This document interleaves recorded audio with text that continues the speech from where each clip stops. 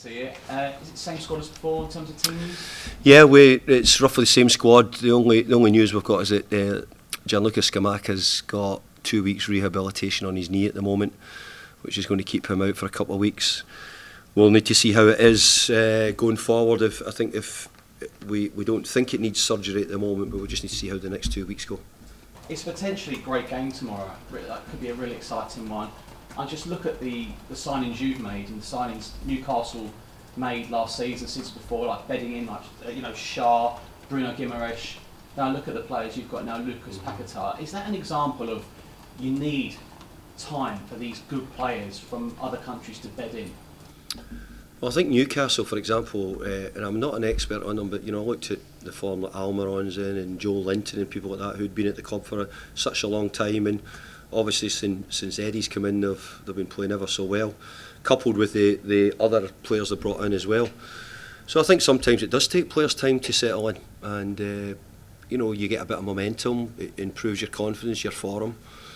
Newcastle have certainly done that, and I have to say for the last 2 or 3 years we've been doing it as well. We've had some really good signings who've done very, very well, and hopefully we can do it again. Looking at Paquetá, are you excited about how far he could go? Because it was a real target when you watched him last year in the Europa League.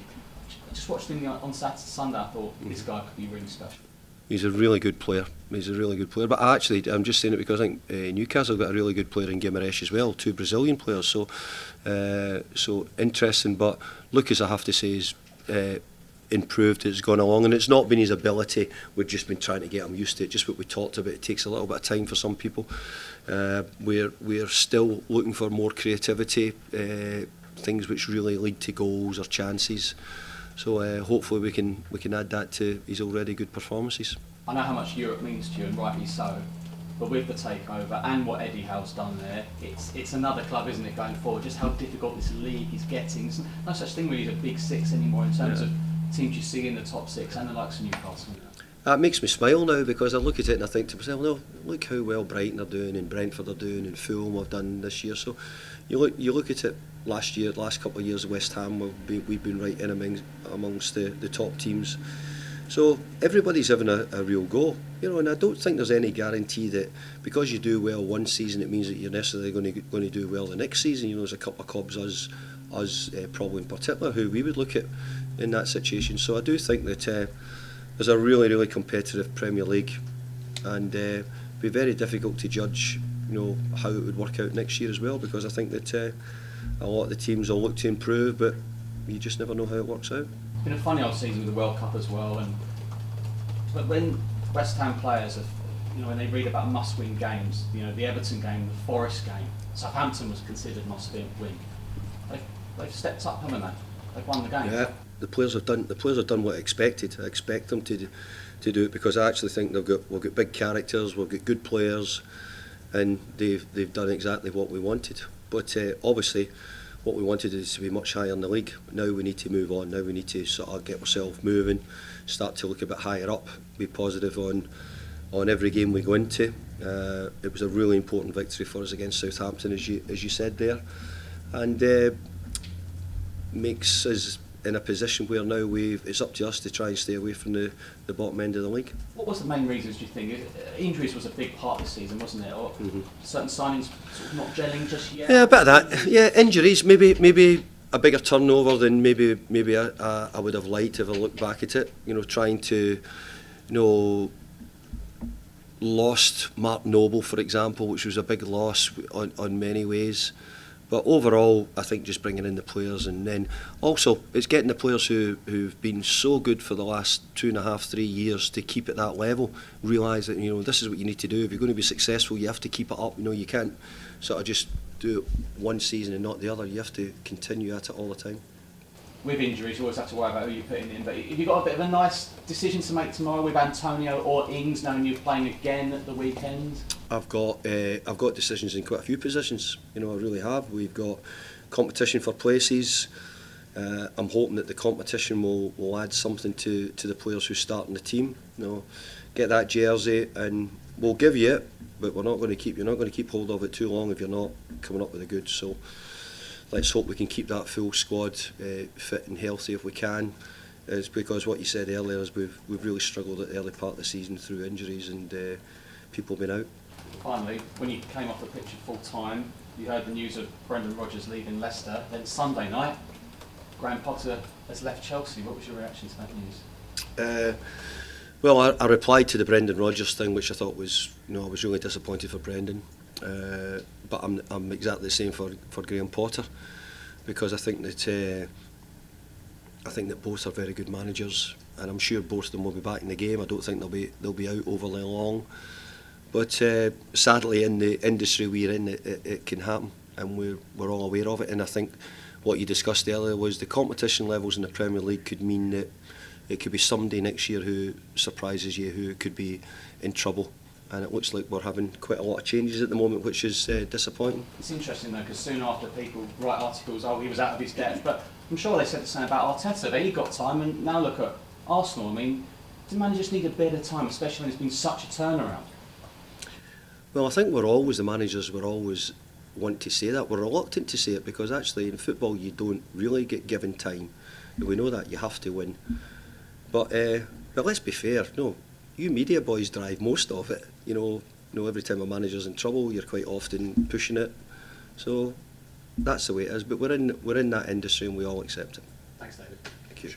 David, you mentioned it earlier, but whenever you have had a must-win game, like against Everton, Southampton at the weekend, your team have come out on top. How does that make you feel now you've got a group of players who have come out on top in those crucial moments? Well, who's saying it was a must-win game? On the outside, potentially. Well, look, there you go. So what we have said is we've treated all the games as we would do. We treat every game as a must-win game, whether it had been last season when we were going for the top end of the league, or whether it's this season we're trying to get away from the bottom end. They're all must-win.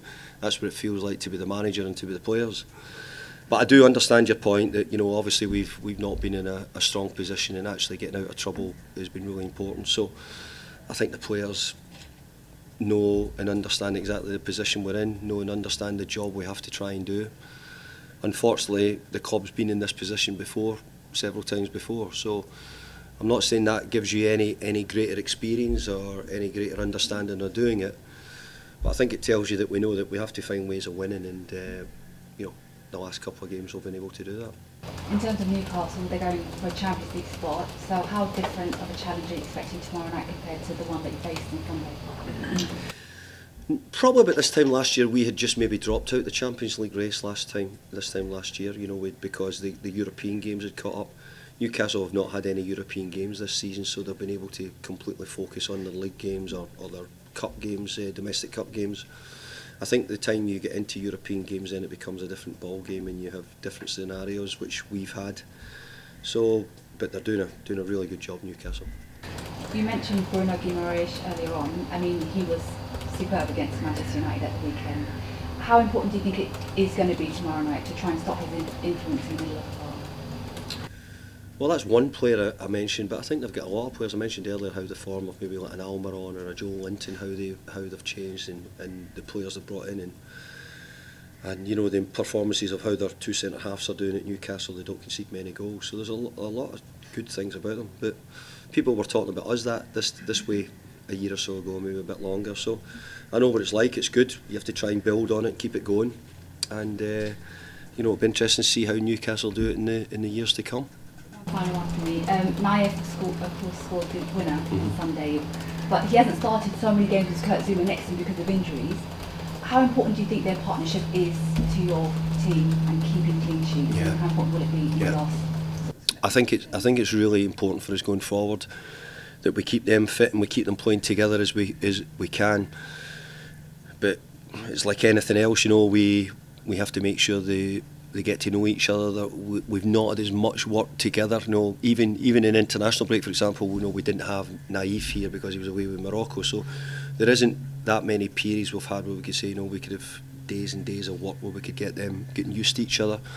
But they're both very good players, both international players, and it's really important that we keep them together and playing well. Hi David, hugely important when you go to Southampton. How's that galvanised the squad in the last couple of days? I think what it's done is it's given us a feeling that, look, when it's come to some of the crunch games, we've been able to win. I think more importantly, our home form in the main has been okay. So we're taking confidence from that. But yeah, it was a really good win. I was just going to say your home form has been pretty good, but away form though, it's still just 6 points in the season. No, and is that a concern going into the back end of the season? It's a huge concern. Our away form's nowhere like our form, what we've shown over the last few years. Nothing like it.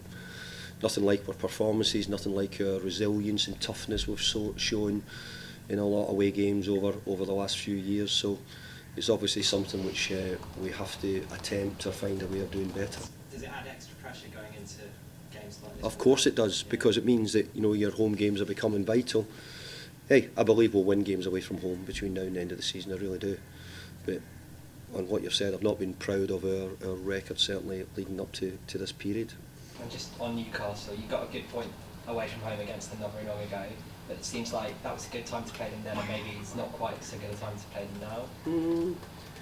I don't know, it's a difficult thing to work out when good times or bad times to play teams, I think Newcastle have been pretty good for most of the season, I really do. I don't think they've really had a spell where I think they've fallen off it. I know they had a couple of games where they didn't get any results, but look, we've got to be ready, and we know we're in for a big game.